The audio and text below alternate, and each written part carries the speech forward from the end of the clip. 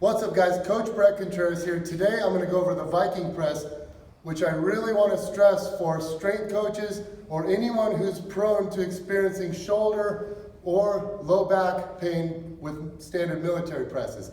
So I'm a huge fan of the military press, but if I do it too often, it hurts my clavicles, it can irritate my shoulders, but also most people, just because you can't be in neutral and do a military press because your head's in the way, so you have to lean back a little bit.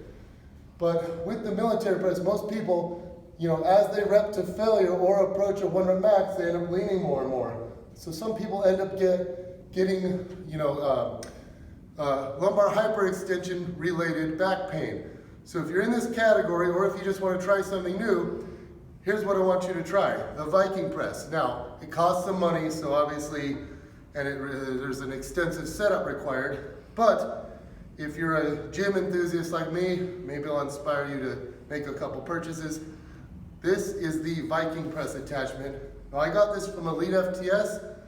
It's also available from Black Widow Training Gear. So this is the Viking Press, which I'll discuss in a minute. And then this here is a rod and pivot available through Black Widow Training Gear. This thing's cool as hell.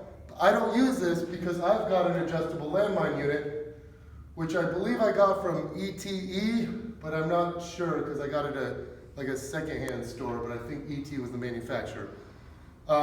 Anyway, what you need to do, the Viking Press is a popular lift in strongman, so we're replicating that strongman exercise, but I found that just with the biomechanics, you don't want this down at the ground.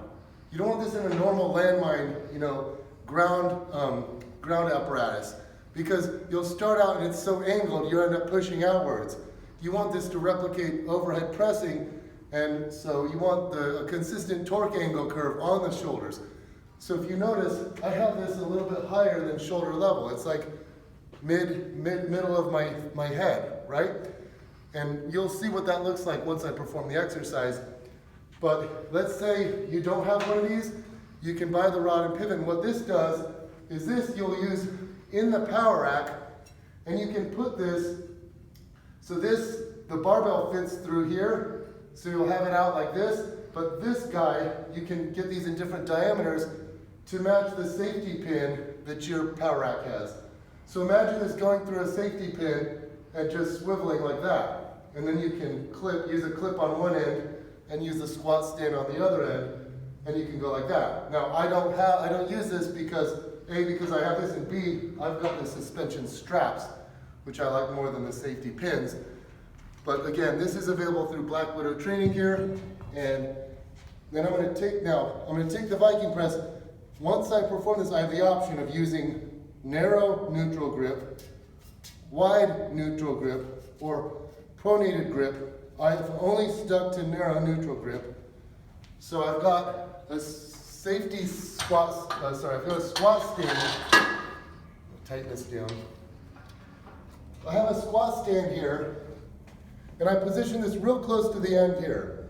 Because if I have this right here, there's gonna be a lot of flex in the bar. It's gonna bend. Be a lot of wear and tear on your barbell. So I put it right close to the end, and then all I'm gonna do, I take the neutral grip, the narrow, get close, lift it out, perform some reps.